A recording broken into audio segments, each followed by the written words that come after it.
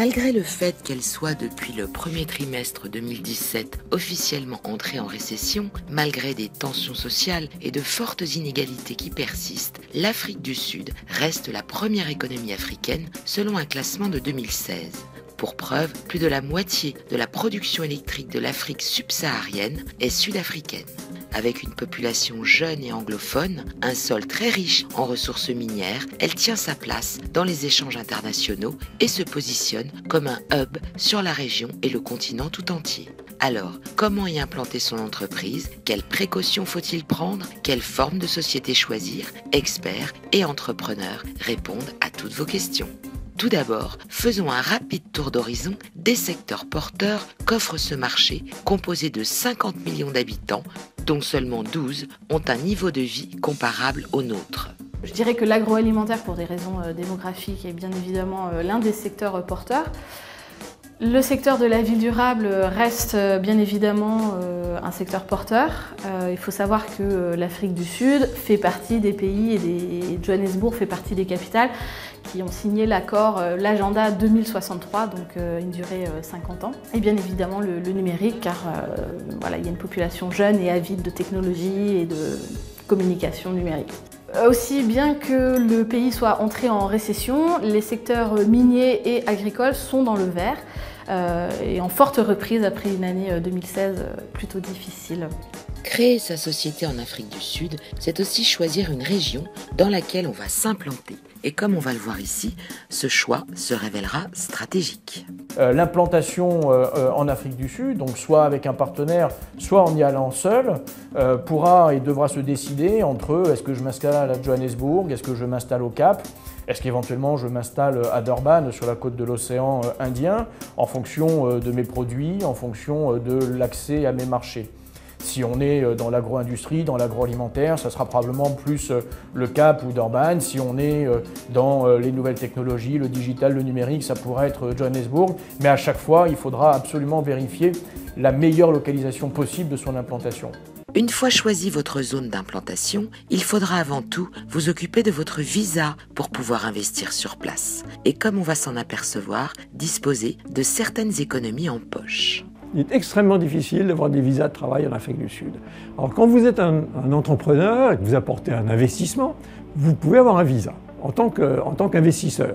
Alors je crois qu'actuellement le minimum est de l'ordre de 350 ou 400 000 euros d'investissement. Cette première étape franchie, vous allez découvrir l'un des atouts de l'Afrique du Sud. Pour un entrepreneur, créer une entreprise ne prend pas beaucoup de temps, ce qui explique que nous ayons environ 200 Français qui ont d'ores et déjà créé leur entreprise donc en Afrique du Sud et donc ils emploient plusieurs milliers de personnes. En effet, et si vous suivez à la lettre les procédures existantes, en un mois, vous pourrez mettre en place votre société. Votre parcours s'organisera autour de 5 grandes étapes. Tout d'abord, vous inscrirez votre entreprise sur le site de la Commission des entreprises et de la propriété intellectuelle, le CIPC, et il vous en coûtera environ 15 €. Ensuite, vous ouvrirez un compte en banque sur place, muni de votre attestation du CIPC. La troisième étape consistera en une visite au SARS, l'équivalent de notre Bercy, puis à un enregistrement à l'UIF qui pourrait être comparé à notre URSSAF, l'organisme d'État qui gérera vos futurs employés. Et simultanément au commissariat des compensations qui, lui, dispense les indemnités d'arrêt de travail, que ceux-ci relèvent d'un accident ou d'une maladie. Concernant les différents types de sociétés existants, il en existe 4. La plus courante, la Private Ltd, ne nécessite aucun capital minimum. Vous avez des sociétés privées, ce qu'ils appellent les Private Ltd. Donc c'est des sociétés, l'équivalent des sociétés anonymes. Il y a des micro-entreprises, comme en France. De façon générale, c'était une économie moderne. L'Afrique du Sud est l'économie la plus moderne du continent africain. C'est le pays le plus moderne du point de vue de la qualité de la vie, le plus industrialisé également. Et donc au quotidien, même dans le monde des affaires, il n'y a pas forcément beaucoup de différences donc avec la France. Maintenant, Comme on le conseille le plus souvent, faites-vous accompagner, comme par exemple par la CCI franco-sud-africaine, parce qu'elle a la connaissance des réseaux publics, mais aussi la connaissance des réseaux de conseil privés, les avocats, les fiscalistes, les juristes, les sociétés éventuellement de communication. La Chambre de commerce française en Afrique du Sud est donc là pour aider et faciliter l'intégration de l'entreprise qui s'implante dans l'écosystème franco-sud-africain, qui est extrêmement riche, extrêmement diversifié et extrêmement passionnant. Et c'est aussi, au-delà d'aider à rompre cet isolement de l'entrepreneur, c'est lui permettre de trouver des espaces physiques pour poser ses dossiers avec l'incubateur et les postes de travail que la Chambre de commerce française met à disposition des entreprises françaises qui veulent s'implanter.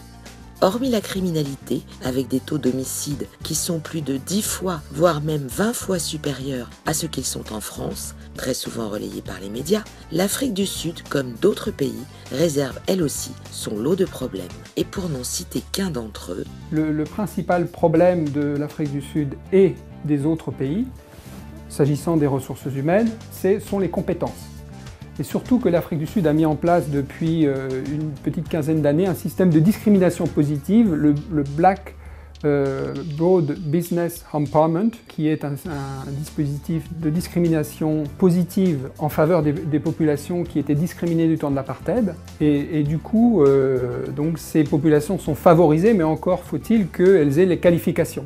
avec un taux d'impôt société de 28%, un système bancaire extrêmement sophistiqué, une administration fiscale de niveau international, des infrastructures très modernes, l'Afrique du Sud reste un pays sur lequel il faut miser, a fortiori si l'on souhaite rayonner sur toute la région de l'Afrique australe, mais aussi plus loin jusqu'au Kenya et au Nigeria. Enfin, un dernier conseil avant de nous quitter. La clé de la réussite en Afrique du Sud, c'est la manière dont on arrive à travailler avec les Noirs. Je crois que c'est ça qui est très important.